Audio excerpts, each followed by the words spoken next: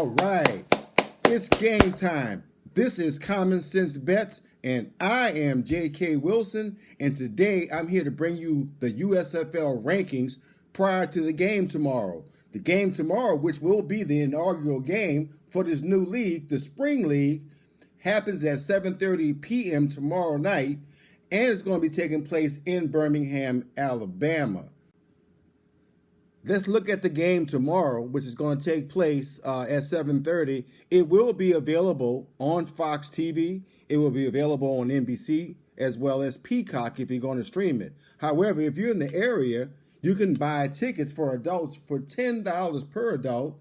And the good thing about the game tomorrow is that if you buy a ticket for an adult, you can receive up to 3 free tickets for children under the age of 15. That's right, 3.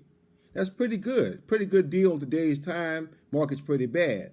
But once again, I want to thank all those who joined the channel, those who are part of my Common Sense Army.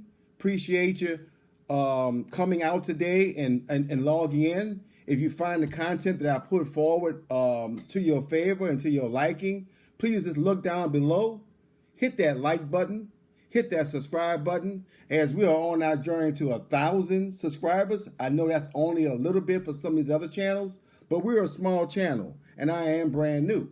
I hope that my content is good and that you will find it in your favor and continue to watch. With that said, let's kind of move forward to what we're going to do in this video today. Now, I got to say, before I can do these rankings, I got to mention this draft. I don't know. I didn't see it, and I'm sure you didn't see it. And if those that did see it, the draft was quite something. It was different. Of course, it's a new league, so of course it was going to be different. But with that said, the draft took place on February 22nd to 23rd. They had a total of 280 players taken. It was a 35-round draft. Now, that's a lot.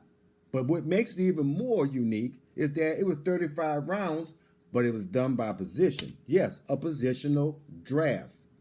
The first round of the 8 teams that were part of the draft, they selected a quarterback. And then with the second round, I think it was offensive tackles. And it repeated those patterns all the way down for the 35 rounds, but each round was specific per position. So you have to kind of know what you was doing in that draft and who you wanted and have done your research. And that was followed up on March 10th by a supplemental draft that helped fill the teams out. And if any players were injured or just didn't work out, they were able to supplement their teams with that. And this was 10 rounds, but it wasn't with any positional restrictions, so to speak. And these teams were selecting in the draft. If you started off number 1, and of course the next round, and at the end of that round was number 8. Then if you were number 8 in the first round, then you were number 1 in the second round. And if you were, same thing for the third. So it was very, very fair. I wish I could have watched it on TV.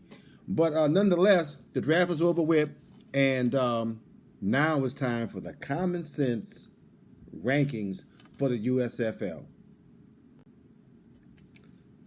All right, guys, let's start off at number 8, the late 8. At number 8, I went with the Houston Gamblers. And let me say before I go down this list of 8 teams, of course, I'm only going with raw data. There's no floor, anything I can go with other than college games from these players and what they may have done in the past.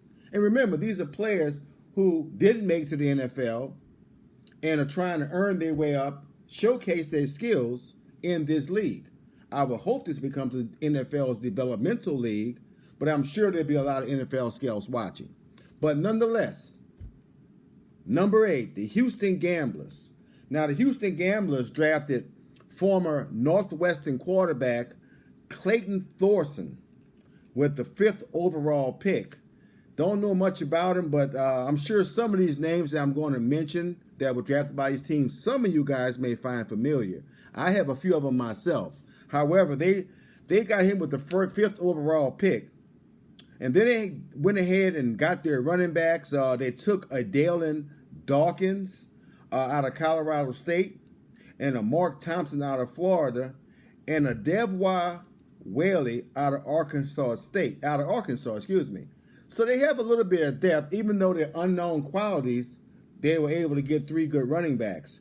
That's pretty good depth, in my opinion, at running back compared to some of the other teams. But O-line, it also has some talent as well, and seems to be the strength of this particular team at number 8. Because if you look everywhere else, some unknowns. But on that line, that's some beef on that line. All of them over 300 pounds. So if anything about this team, I would have to say the offensive line seems to be the strength of this team. The wide receiver core lacks a little bit of depth, in my opinion. Like I say, it's unknown players, so maybe somebody surprised me. But what I'm seeing so far is unknown, but it is highlighted by Isaiah Zuber out of Kansas State. I'm going to make minor mistakes, y'all, so please forgive me. But now, defensively, the Gamblers, they don't really have a whole lot of experience on the defense in total. They could have some trouble with some teams based upon their lack of size. They pretty much got only a few players that I think of note. That would be a 3rd round pick, defensive end and edge guy, rusher maybe, Ahmad Gooden out of Sanford. And maybe their 4th round pick, Draquan Brown out of Central Oklahoma, maybe can give them a little bit of help. Pretty much their two top picks on a pretty much unknown squad defensively. And like I say, really the whole USFL is kind of unknown, but these are the unknowns of the unknown. Remember, if you like this channel and you would like to join this channel, please look down below and hit that subscribe button, as I can't do this without you. I'm on my way, on my travel and journey to reach 1,000 subscribers. That is a low number for some channels, but this is a young channel, and therefore I can use your support. If you find the content of my videos helpful in any kind of way, then once we start doing bets, I earn you any money. But please remember to hit that like button as well, right down below. That's the subscribe button and the like button. That will be a great benefit to this channel. And with that said, we look forward to eventually getting those that are helping this program. I'll have my graphics up, and we'll read those names across the board, and we'll give support to them on a daily basis or when we do our videos.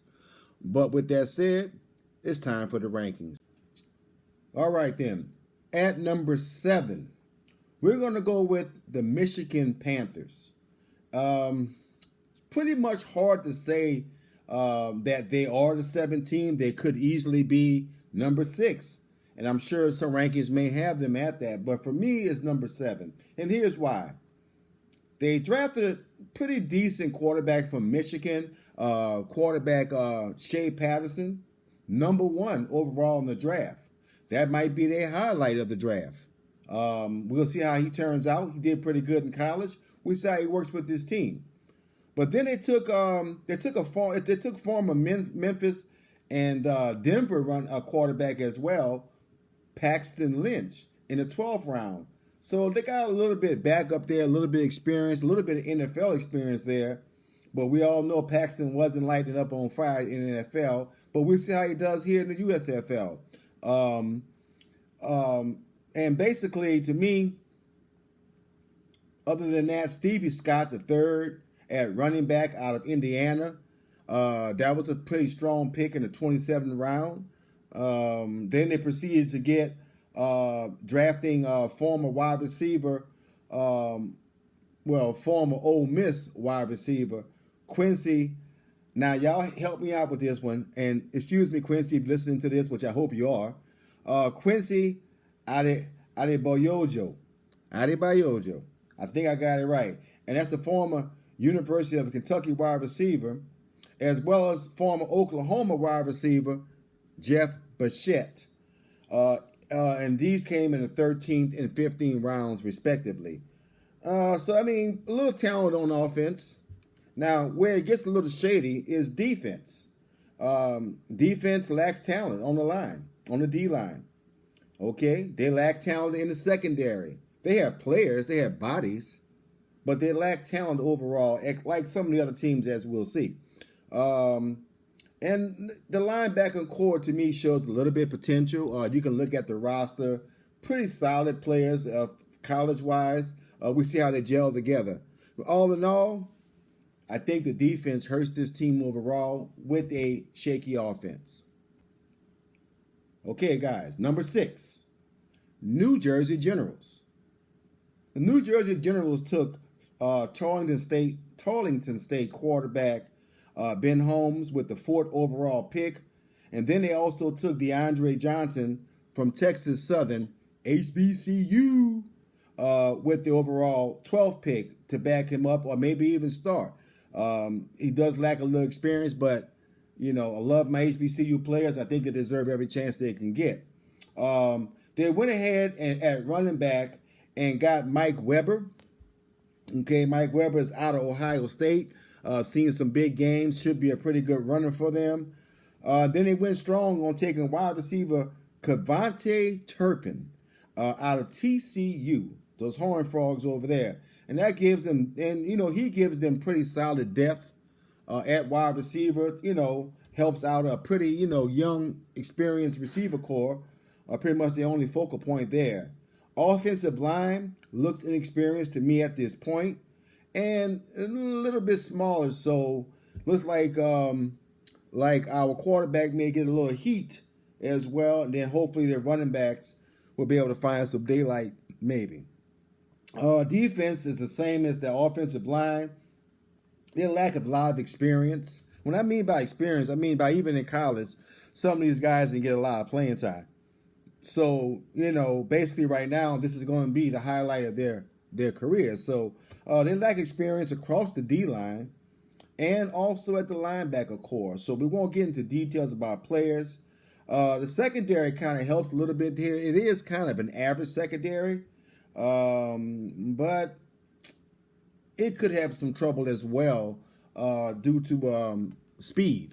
Not saying they're not fast, but some of these teams got some faster wide receivers. So we'll see how that goes for the number 6 New Jersey Generals. We're going to continue with these mid-tier teams in the league. We're going to go with number 5, Philadelphia Stars. Now, once again, some of these are interchangeable. I could have Philadelphia at number 4. But when we get to 4, you'll see why, in my opinion, I chose that team over this one. But at number 5, Philadelphia, they're pretty solid.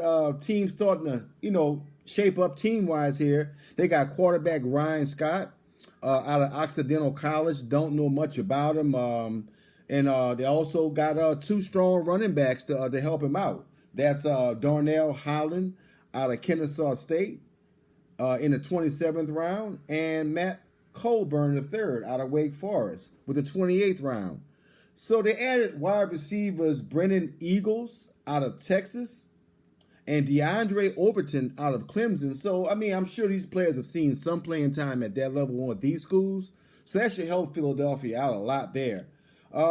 They put together a pretty solid offensive line in the draft, and the Stars appear to be pretty strong overall on offense compared to the other teams we spoke about earlier.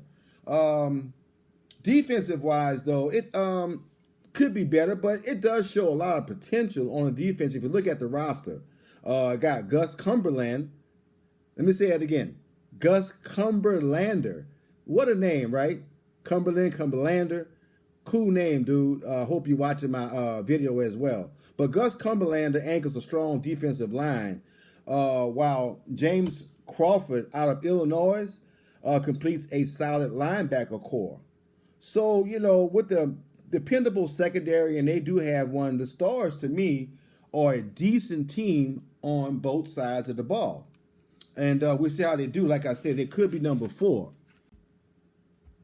But at number 4, I have those Pittsburgh Maulers. Come on, man. Maulers, I can't do better than that. I love that name. So really, just on the strength of their name, I put them at number 4 over the Philadelphia Stars. And Come on. But, they have a solid team as well. And let's just take a look at them right now. I mean, they took quarterback Kyle Lualeta from Richmond. Now, I don't know if I said that right, but I remember hearing that name during the college season. From what I understand, strong player, can do very well for them. So I think that was an excellent choice with their first pick. Then they went ahead, that was the 7th overall pick, not the first pick. I think I might have said that wrong. But then they went ahead and got quarterback Josh Love out of San Jose State. Like that program, strong program, great players overall. So once again, unknown player, well, really not that unknown, but a guy who has a lot of skill coming out of San Jose State. Running backs, think they could have did a better job with that. Looks a little bit sketchy at best to me. And appears to be, at this point, I won't go into details, look at the roster, kind of lacking a little depth. When I say depth again, remember, playing experience from college coming into this season. But however, they bounced back a little bit at the wide receiver position because they went ahead and got Bailey Gaither, who is also from San Jose State, and maybe he can hook up with QB Josh Love, and maybe that might be a connection and some rhythm and some consistency that they can go with depending on who starts the game or who doesn't get injured at quarterback. Defensive-wise, though, this is where they kind of come on strong here, and I guess they're going to do their mauling. Defensive line is strong, it's very strong. As well, they have a very solid linebacker core. This is pretty much highlighted by inside linebacker E.J. Ejaya. Now, E.J. Ejaya is out of North Texas, and I do remember that name. Guy made a lot of tackles, played well for his school. And he's pretty much a centerpiece of that defense and could be a captain on the defensive side of the ball. The secondary for the Pittsburgh Maulers does seem dependable. Solid, tough players with some experience, but maybe a little bit trouble as far as somewhat size and somewhat speed at certain points within the secondary, certain positions. But we'll see how they do. We'll see how that works out. Remember, if you like this channel and you would like to join this channel, please look down below and hit that subscribe button, as I can't do this without you. I'm on my way, on my travel and journey to reach 1,000 subscribers. That is a low number for some channels, but this is a young channel, and therefore I can use your support.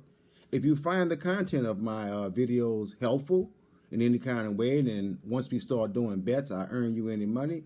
But please remember to hit that like button as well, right down below. That's the subscribe button and the like button.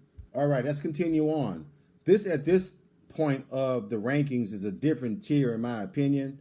We've gone from 8 to 4. Now, I know that's only 5 of the teams. However, I look at it like 4 different tiers. We had 8 and 7. Then we had 6, 5, and 4. So bottom tier, mid tier. Now we're getting kind of into the top tier. But I think there's a difference in that tier as well. I think there's 2 within that one as well to make 4 total tiers within these rankings. So let's go ahead with it. At number 3. Now, I don't know why I keep looking over there, guys. I need to be looking right here. But at number 3, the team that's playing in the game on tomorrow, and that will be the Birmingham Stallions. Now, the Stallions are a strong team and could easily be number 2 in any rankings, but you will see in a minute why I chose the number 2 team. But however, I don't want to take away from the fact that number 3, because they could easily be number 1, number 2, number 3. In my opinion, strong team. This is the reason why. They chose They chose Alex McGough, the quarterback out of Florida International, with the 6th overall pick. They went really strong with their running back selections as well by taking Jordan Chune out of Troy State and Tony Brook James out of Oregon. Now, both of those players saw a lot of time, got a lot of experience on their teams, and should be vital assets to the Birmingham Stallions. But then you throw in another running back that I really like. I think will be solid, and I believe could be a good player. And that's a fullback that they chose. Actually, they chose this guy before the other two running backs. And that's fullback Bobby Holly out of the Louisiana Tech. That's right, homeboy from the home state. So let's see how he does. I hope he does well. Should be a bowling ball. Hopefully he knock down some pins for this team. As long as he's not playing my New Orleans Breakers, that is. This team might have one of the best wide receiving core in the league. Have some strong picks. Look at the roster. No, it's all of them, really. I didn't really want to put that in, take up all the time on the video. But they have strong picks with all 5 of their receivers they chose in those rounds. And there were 5 rounds for the receivers. So let's take a look at those guys. I look forward to seeing that group of all the groups, wide receiver groups that is, perform, especially on tomorrow.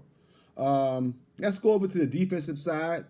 Defense is also solid for the Birmingham Stallions. And this is solid on all 3 levels: D-line, linebackers, and secondary. We won't go into details on them either because, once again, it's a lot of players to list. Take a look at the rosters. Get familiar with some of those names. You may remember some from college. But however, strong across the board, strong on all levels, strong on both sides of the ball. These Birmingham Stallions are going to be a force to be reckoned with. That takes us to the next one, the number 2 pick. All right, guys. Number 2 in my rankings, we're going to go with the New Orleans Breakers. My. Once again, a name that I love. And I'm sure this team is going to break something up. I just can't wait to watch them perform and hope that they do well. The New Orleans Breakers were a team that was part of the original league back in the early 80s. I liked them then. They never go above my Saints. But I hope to root for them and put them within one of the teams that I support here in Louisiana. So with that said, let's take a look at this team. Man, they got a great quarterback with great potential. And that's Kyle Slaughter out of Northern Colorado. The guy is a proven commodity. So I look forward to seeing him on the field consistently for this team. And he's going to have some support in the backfield running behind him because they also took a ground-pounding running back. And that's Larry Rose III from New Mexico State. Once again, a name I'm familiar with and was pretty strong in the college level. But the biggest thing I like about how this offense is looking is that Slaughter has multiple weapons to throw to at wide receiver. Got multiple wide receivers in the wide receiver core that is stacked from talent from a very strong draft. So once again, I don't want to list all those names. Take a look at that New Orleans Breakers roster, and you get familiar with some of those wide receivers I'm mentioning right now. But it doesn't stop there.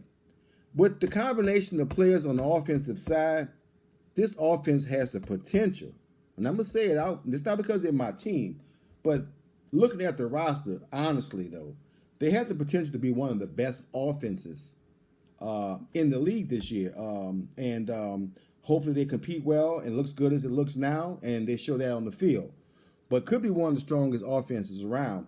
The defense, however, is equally strong and is powered by a defensive and edge player, Davin Bellamy, who's out of Georgia.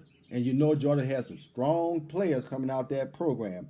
So I look forward to seeing him anchor this defensive line because right behind him is a solid group of linebackers, as well as an extremely strong secondary. But I got to say one thing, if I got to say one thing about my team, I know I was redundant on that, is that if any area of this football team is a little bit suspect, that would be slightly the linebacker and secondary core. Now, I say suspect, they're better than the teams I listed before. But I don't know if they're going to be able to have enough strength back there, consistent-wise and depth, to hopefully win the championship. And that's the reason why I put them at number 2. And like I said, number 2 and number 3 this early with an unknown season ahead of us could be interchangeable. But I think that we have a very solid team in New Orleans, as do the number 3 team in Birmingham. All right, with the drum roll happening, it's time to say the one and only who I think is going to be the number 1 team in this league, and that is the Tampa Bay Bandits. Now, that's a mouthful for a New Orleans Saints fan to say, but I'm not a Tampa Bay hater. I'm not a sports hater. I do have my rivals, and I always wish my rivals to lose. However, a good team is a good team, and good sport is good sport, and Tampa Bay is a good team.